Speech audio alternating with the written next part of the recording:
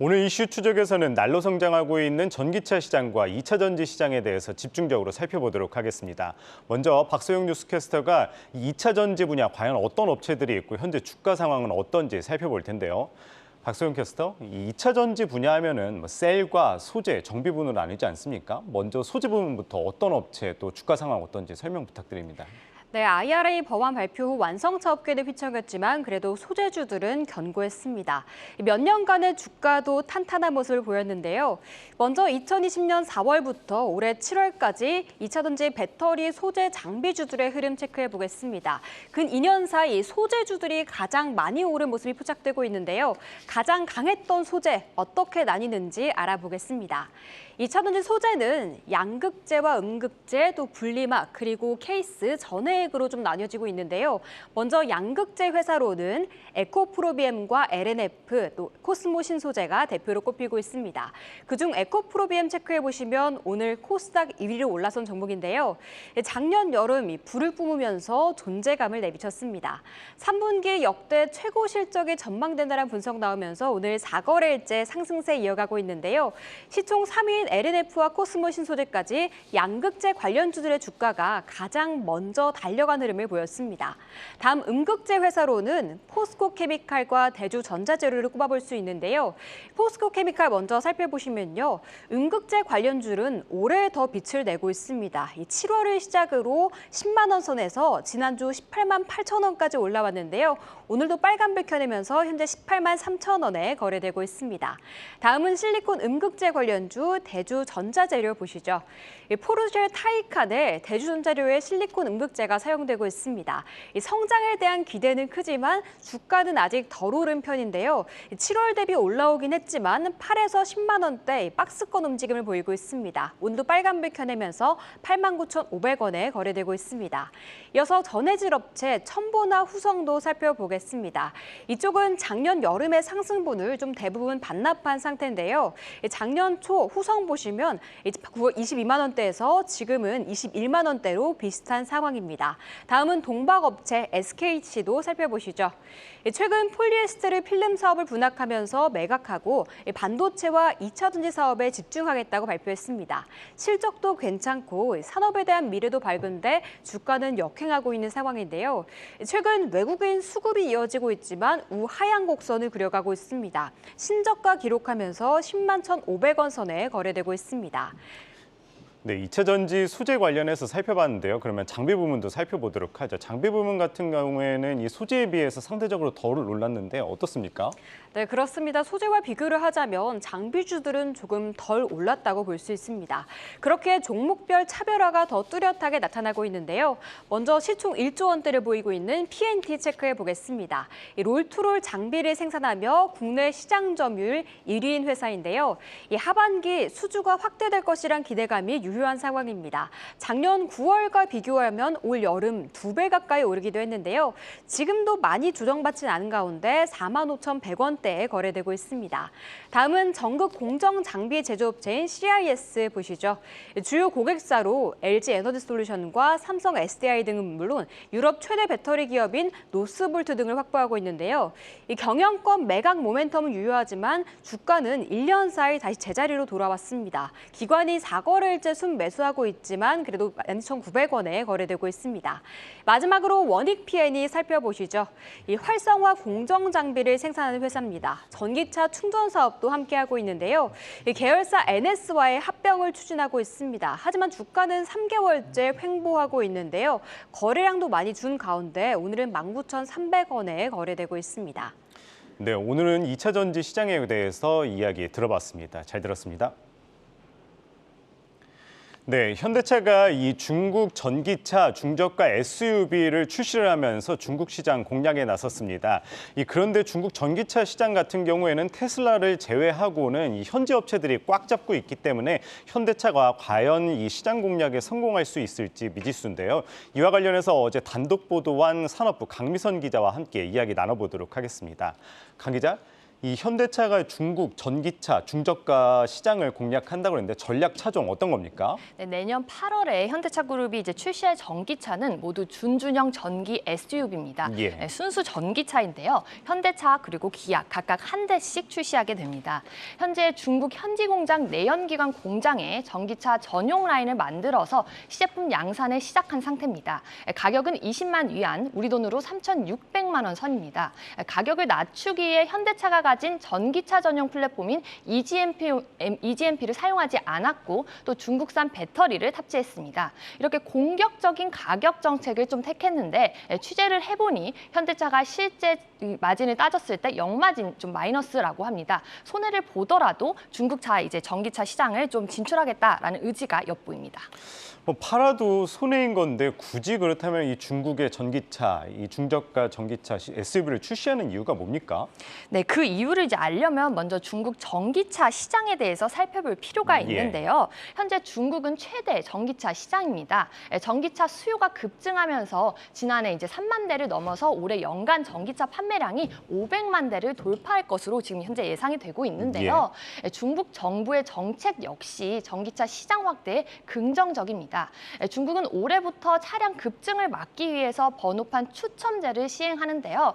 사실상 차량 구입을 통제하는 겁니다. 그런데 전기차 확대를 위해 번호판 10대 중 7대를 이제 전기차에 배정하기로 했는데 차를 사려면 전기차를 살 수밖에 없는 겁니다. 현대차가 중국의 내연기관은 사실상 실패했지만 전기차 시장만큼은 포기할 수 없는 거죠. 뭐 중국 전기차 시장이 확실히 크다는 건 알겠는데 왜 굳이 이렇게 가격을 낮추면서까지 이 중국에 출시를 해야 되는 겁니까? 네, 그러기 위해서는 이제 어느 정도 유의미한 이제 점유율 확보가 중요하기 때문인데요. 예. 가장 큰 이유는 이제 중국 전기차 시장의 치열한 가격 경쟁입니다. 특히 내년부터 중국에서 전기차 보조금이 없어지면서 그야말로 가격 경쟁이 더 치열해질 것으로 보입니다. 보조금은 안 줄 만큼 전기차가 대중화됐다는 의미이기도 하는데요. 두 번째로는 중국에서 다른 내연기관 차를 팔려면 친환경 차를 이렇게 일정 비율로 의무적으로 판매를 해야 되는데 예. 그 비율이 계속 늘어나고 있습니다. 그래서 이제 안 팔 수가 없는 상황이고 마지막으로 중국 전기차 회사들과 승부를 피할 수 없다라는 계산도 깔린 것으로 보입니다. 중국 전기차 이제 시장 전기차 회사 1위인 BYD는 글로벌 진출에 지금 나서고 있고 언젠가 현대차도 글로벌 시장에서 이제 이 회사와 맞서야 되는데 중국 본토에서 한번 정면 승부를 해보겠다는 겁니다. 뭐 앞서서도 이야기했듯이 중국 전기차 시장에서는 이 중국 자체 업체들이 워낙 인기가 많고 또 테슬라도 인기가 많은데 이 현대차가 아무래도 시장 공략하기가 쉽지 않을 것 같은데 어떻습니까? 당장은 쉽지 않아 보이는데요. 사실 예. 현대차가 2017년부터 이제 내연기관의 전기차 이제 배터리를 탑재한 이런 전기차 4종을 판매하기 시작했습니다. 이렇게 예. 4종인데 사실 이제 2017년부터 올해 지난달 8월까지 이제 한 판매 대수를 보면 6,500대에 불과합니다. 예. 사실상 거의 점유율이 없다고 봐도 좀 무방한 상태인데요. 또 현대차는 택시 이미지로 중국에서 굉장히 이미지가 별로 좋지 않습니다. 자동차 딜러들에게 인센티브를 더 높여줘도 잘 안 팔린다고 좀 하는데요. 특히 중국인들에게 이미 자국 전기차 메이커에 대한 만족도가 현재 굉장히 높기 때문에 이 틈을 현대차가 비집고 들어갈 수 있을지는 좀 크지 않아 보입니다. 때문에 현대차가 중국에 출시되는 이제 내년에 출시될 전기차에는 현대차 로고가 아닌 아이오닉과 같은 별도의 브랜드를 달 가능성도 제기되고 있습니다. 뭐 브랜드도 새로 만들어서 이제 전략을 내세운다고 했는데 사실 이 중국 내수용으로만 좀 힘들 것 같습니다. 다른 출구 전략을 세워야 되지 않습니까? 네, 사실 지금 내년에 출시될 이 전기차도 중국 내수용으로만 좀 생산될 예정이었는데요. 예. 하지만 여기서 고민이 좀 시작이 됩니다. 생산량에 비해 예상되는 판매량이 너무 낮다는 건데요. 전기차를 본격 생산하기 위해서는 인력을 뽑아야 되고 또 가동률이 그만큼 높아져야 되는데 그렇다면 또 많이 팔아야 되는 문제가 남아 있습니다. 그래서 고민 끝에 유럽에 수출하는 방안을 검토 중인 것으로 취재 결과 확인됐습니다. 국내 시장에 들어올 가능성도 있습니다. 업계 관계자에 따르면 현대차의 이제 중국 공장 가동률은 50%에 못 미치는 것으로 좀 나타났는데요. 이런 사안을 고려해 봤을 때 유럽 수출은 나쁘지 않은 대안으로 좀 보입니다. 또 현대 기아가 유럽에 있어서 좀 이미지가 굉장히 좀 그 중국에 있어서는 더 좋은 편인데요. 예. 유럽이 또 3대 전기차 시장이기도 하고 특히 소형차에서 현대 기아가 소형차에서 강점을 보이고 있는데 이 사이에서 저렴한 준준형 전기 SUV로 공급을 한다면 성공 가능성이 높아 보입니다. 네, 오늘은 이 현대차의 중국 전기차 시장 진출 관련해서 이야기 들어봤습니다. 강미선 기자였습니다. 계속해서 이 전기차 시장과 함께 떠오르고 있는 2차 전지에 대해서도 알아보도록 하겠습니다. 전창현 대신증권 연구위원 나오셨습니다. 어서 오세요. 반갑습니다. 네, 이 국내 배터리 3사 이 가파르게 성장하고 있지만 이 중국의 CATL은 따라갈 수가 없어요. 이 3사의 매출을 합쳐도 이 CATL의 매출보다도 적단 말이죠. 그래서 좀 열심히 노력을 해도 좀 적지 않아 힘든 상황인데 하지만 이제 최근에 이 미국 주도의 글로벌 공급망 재편 때문에 이 국내 업체들 수혜를 받을 수 있다 이런 분석도 나오는데 어떻습니까? 네, 그렇습니다. 일단 먼저 첫 번째 말씀하신 CATL의 이제 상반기 이제 실적이 견조했던 점 먼저 간단하게 말씀을 드리면 상반기 중국 전기차 시장이 워낙 견조한 판매량 증가세를 기록했기 때문에 아무래도 이 중국 시장으로 내수 비중이 높은 CATL이나 BYD 같은 이제 중국 배터리 벤더들의 배터리 출하량 증가세 그리고 점유율 확대에 이어졌습니다. 하지만 반면에 유럽의 전기차 시장이 부진했고요. 그리고 이 유럽향으로 매출 비중이 높았던 국내 배터리 업종 전반의 배터리 출하량 그리고 실적은 상대적으로 부진했습니다. 이 유럽의 전기차 시장이 부진했던 건 이제 뭐 크게 뭐 차량용 반도체가 계속 부족했고 이제 천연가스 가격이 계속 상승하면서 전기세가 인상했으며 경기 침체 우려 등 여러 가지 이유 때문이라고 보고 있고요. 상반기에는 그랬고 이제 7, 8월 달에도 저희가 전망을 해보자면 지금 상반기와 유사한 기조가 어느 정도 이어지고 있습니다. 이제 가장 최근 데이터를 살펴보면 올해 7월 달 기준으로 글로벌 전체 전기차 판매량은 전년 대비 74% 증가한 86.5만 대를 기록을 했고요. 지역별로 보자면 중국은 139% 증가한 57만 대, 그리고 유럽은 전년 대비 7.2% 역성장한 16만 대, 그다음 미국은 45% 증가한 8.6만 대 기록했고요. 전기차 침투율만 보더라도 글로벌 전체 시장의 침투율은 13.5%를 기록한 반면 중국은 23.6%로 가장 가파른 전기차 침투율을 기록을 했고 반면에 유럽은 15.1%로 중국과는 좀 다소 점유율 침투율 격차가 많이 벌어진 상황이었습니다. 그래서 이렇게 저희가 상반기 그리고 앞으로 3분기 정도의 어떤 배터리 실적 흐름을 정리를 해드릴 수 있을 것 같고 그다음에 두 번째 질문이셨던 이제 미국 주도의 글로벌 공급망 재편 관련해서 말씀을 드리자면 사실 올해 현재까지만 보더라도 워낙 중국의 전기차 시장이 상대적 강세를 띠고 있기 때문에 국내 배터리 3사의 실적이 상대적으로 부진한 상황이 하반기에도 어느 정도 지속될 요인이 높습니다. 하지만 22년 이후에 글로벌 3대 전기차 시장이라고 할 수 있는 미국 시장이 본격 개화가 기대가 되고 있고요. 이 개화에 발맞춰서 국내 배터리 3사가 그 시장 개화의 최대 수혜가 예상이 되고 있습니다. 그 이유는 먼저 중국 업체들 같은 경우에는 계속돼서 미중 분쟁이 격화되고 있기 때문에 미국 현지 진출이 어려운 상황이고요. 일본 업체들 같은 경우에는 자국 완성차 업체들과의 비교적 폐쇄적인 협력이 집중하는 모습을 보이면서 미국 현지 진출에는 소극적입니다. 하지만 이제 거의 유일하다시피 국내 업체들이 미국 현지에 공격적으로 지금 현지 진출 계획을 추진하면서 사실상 미국의 전기차 그리고 배터리에 있어서 유일한 파트너로서 지금 떠오르는 중이기 때문에 한국 회사들한테 이제 어느 정도 큰 수혜가 예상이 되고 있고 이제 최근에 발표된 미국의 인플레이션 감축 법안, 줄여서 IRA 법안과 관련해서도 국내 배터리 그리고 소재 업체들이 적극적으로 현지 진출 계획을 밝히며 시장을 대응하고 있습니다. 이 최근에 보면은 이 폐배터리 재활용 관련주 많이 인기가 있었잖아요. 그러면서 이제 관련 산업도 뭐 무섭게 떠오르고 있는데 그렇기 때문에 이제 2차 전지 업체들 이 폐배터리 재활용 사업 이제 좀 미래 신성장 동력으로 이제 내세우면서 나서고 있는데 이쪽 관련해서는 좀 어떻게 보십니까? 이 관련주들 계속 주목해봐도 좋을까요?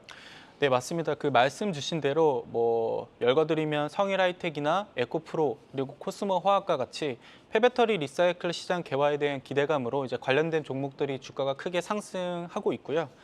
전기차 그리고 이 배터리 시장이 워낙 급하게 이제 성장을 하다 보니 배터리에 들어가는 리튬, 니켈과 같은 주요 핵심 광물의 수요가 증가를 했습니다. 하지만 중요한 건 공급보다 이 수요가 훨씬 더 가파르게 증가하면서 주요 광물들의 가격이 더욱더 급상승하게 되었는데요.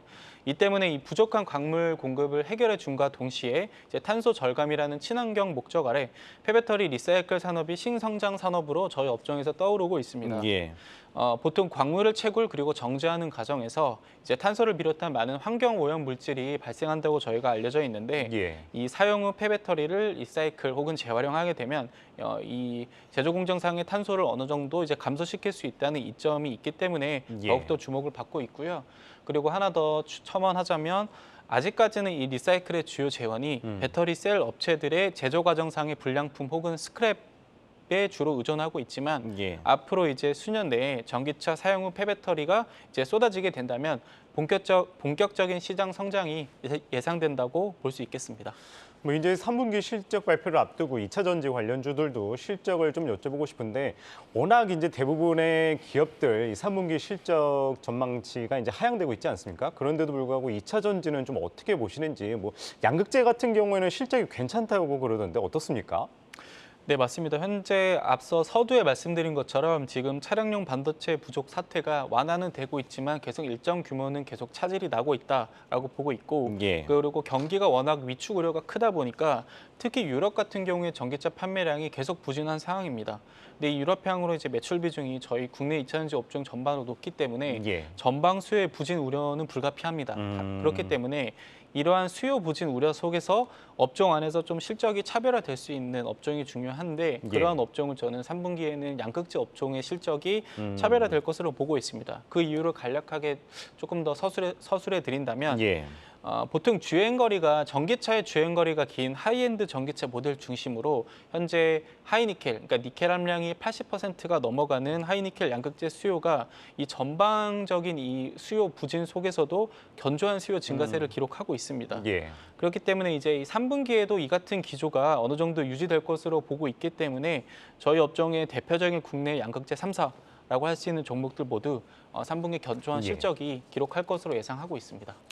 뭐 역시나 이 2차 전지 중에서는 셀 업체보다는 이제 소재 업체들이 더 주목받지 않습니까? 근데 아까 앞에서 말씀해 주셨듯이 이제 이 양극재 3사가 그나마 이제 실적이 견조하다고 말씀 주셨는데 그렇다면은 좀 어떤 업종에 그래도 어떤 부문에 좀 주목을 해야 좋을지 그리고 더불어서 연구원님이 뽑는 좀 관심 가지마야 한 종목 같이 좀 추천 부탁드리겠습니다. 네. 이제 먼저 첫 번째 질문을 말씀을 드리면 최근에 이제 워낙 일부 2차 전지 종목들의 주가 급상승이 나타났던 국면이 있는데 어느 정도 좀 단기적, 이벤트성, 일시적 수급에 의한 상승세로 판단하고 있습니다.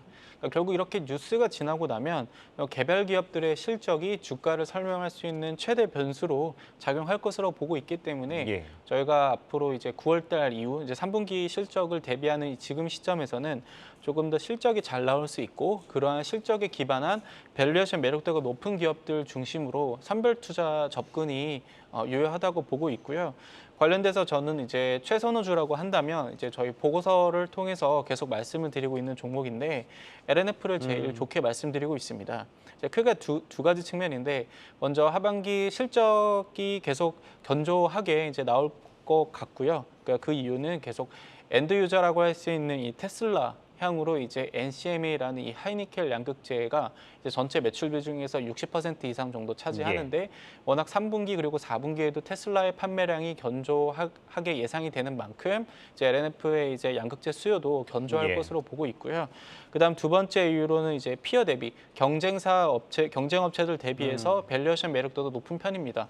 24년 PER 주가 수익 비율이 이제 어느 정도 10배 수준으로 비교적 업종 안에서는 좀 저평가 국면에 있기 때문에 현재 이제 최근에 좀 주가가 좀 빠지긴 했는데 이러한 시점을 오히려 매수 기회로 삼으시길 권고하는 편입니다.